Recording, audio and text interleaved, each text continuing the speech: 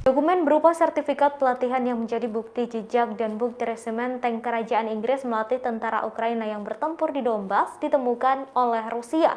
Resimen tank kerajaan Inggris merupakan unit tank tertua di dunia.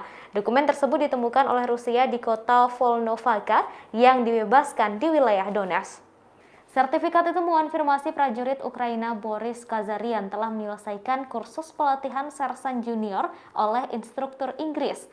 Tampak sertifikat tersebut dikeluarkan Royal Tank Regiment yang ditandatangani oleh Kolonel M. Evans.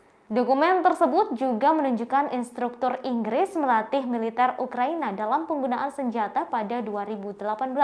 Saat itu pihak-pihak dalam proses perjanjian Minsk berusaha menyelesaikan konflik secara damai dan London belum mengumumkan pasokan peluncur granat anti-tank NLAW.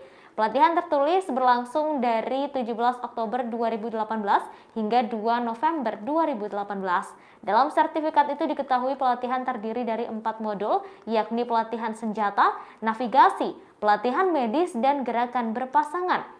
Sementara itu pada Rabu 23 Maret 2022, dikabarkan kantor Perdana Menteri Inggris mengumumkan pemberian 6.000 pasukan rudal. Selain itu juga akan mengalokasikan 25 juta pound sterling untuk kebutuhan militer di Kiev.